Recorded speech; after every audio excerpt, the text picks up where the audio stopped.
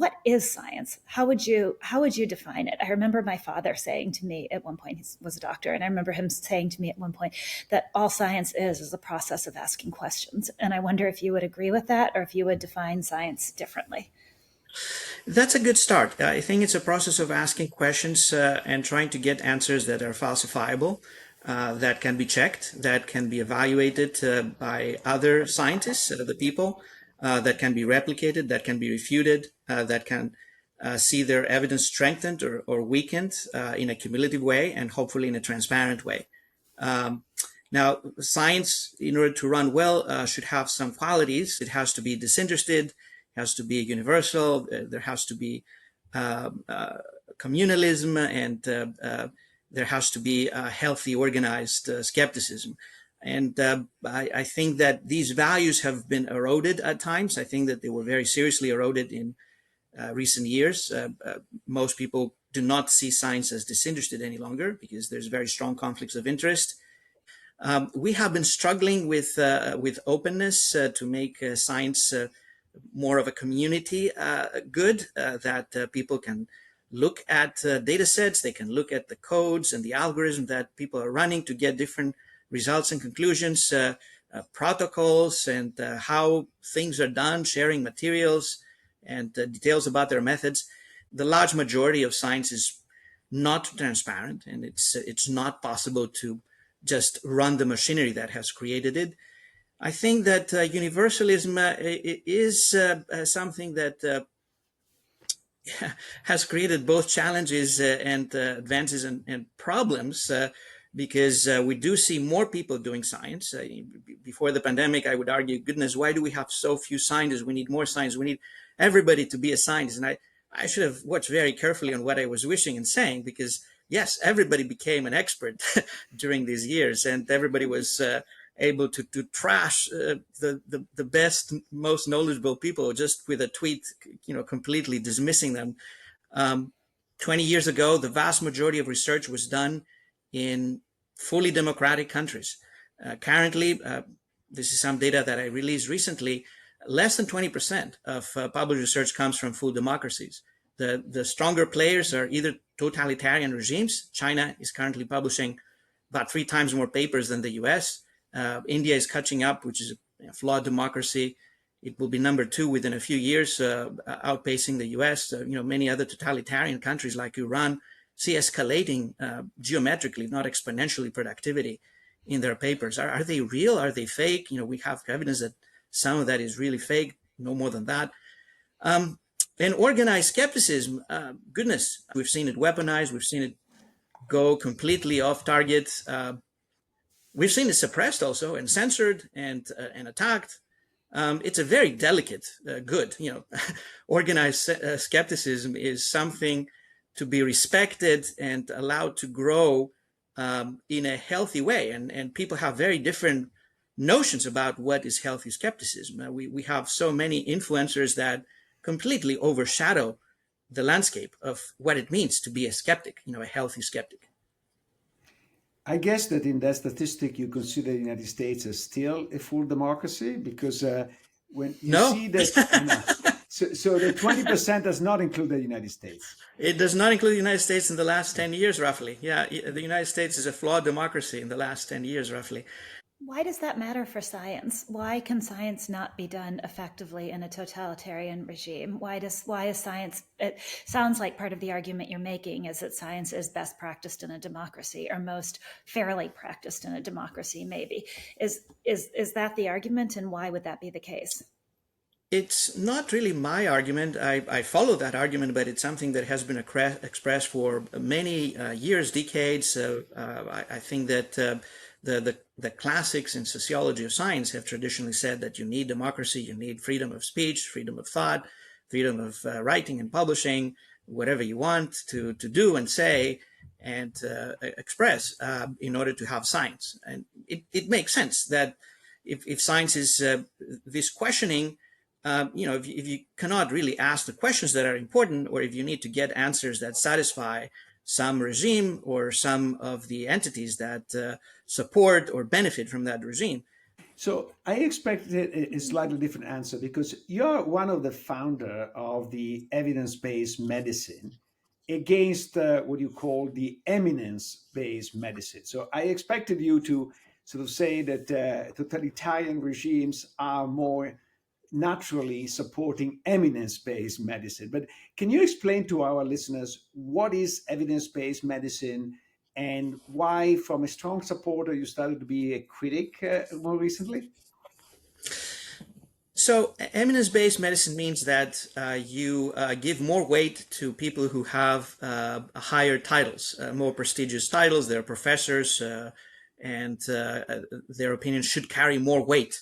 Evidence-based medicine, conversely, is using results that are numbers or could be qualitative research sometimes, but it is evidence. It is not opinion. Now, is totalitarianism in favor of eminence or evidence?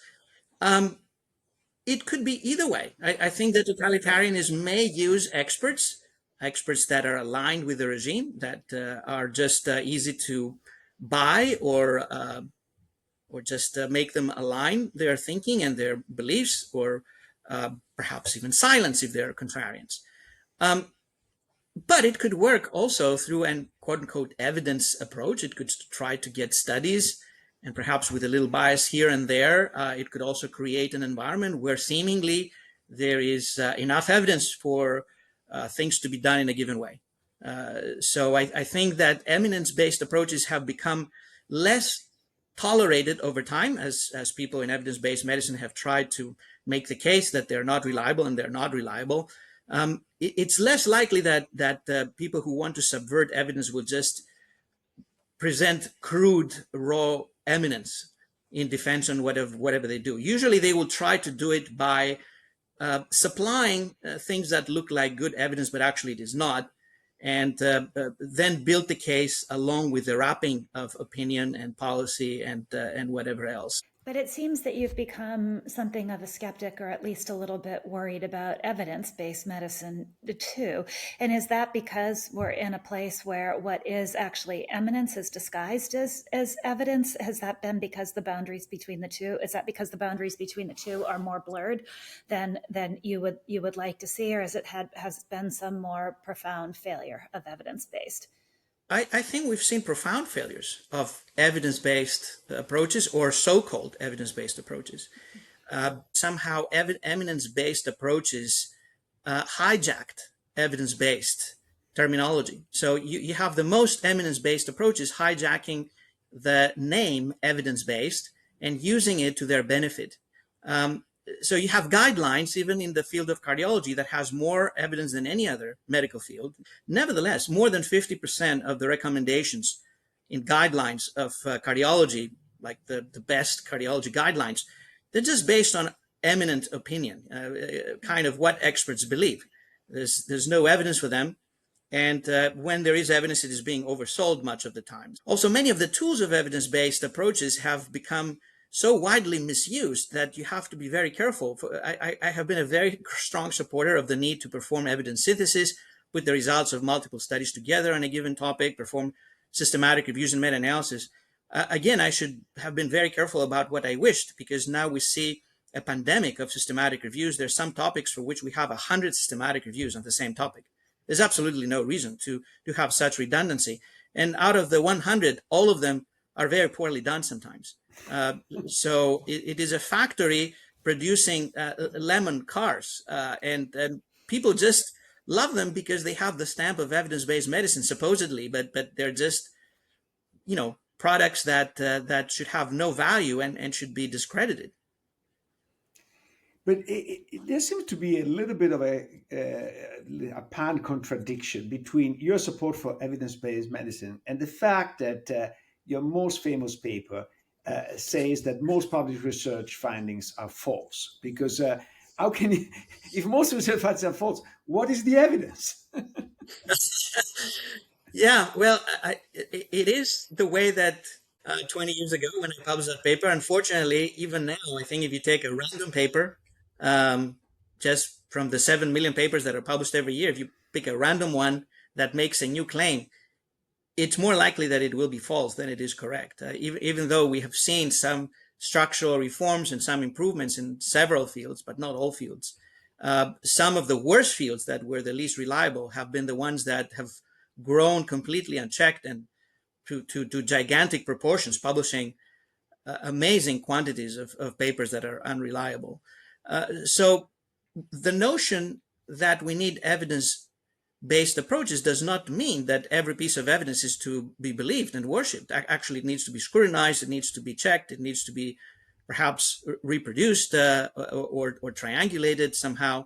And then, perhaps we can take it to the bank and make some use of it. What is more dangerous, a totalitarian society practicing science, or a society, and here's where I'll invoke Luigi's hatred of the economy and the pandemic with the hatred of my own hatred of the economy now, with a society that has the wrong economic incentives for its scientists practicing science. I think they can both be bad. I think that, wrong incentives, wrong financial incentives for scientists, even in democratic societies, can be problematic.